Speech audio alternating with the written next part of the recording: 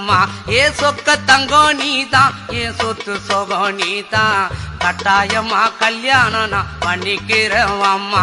இந்த ஊரு எனக்கு வேண்டாம், இங்கு ஓரம் எனக்கு வேண்டாம், என் மாமனோடு பட்டணம் தான் போய் வரேன் அத்தா. இந்த ஊரு எனக்கு வேண்டாம், இங்கு ஓரம் எனக்கு வேண்டாம், என் மாமனோடு பட்டணம் தான் போய் வரேன்.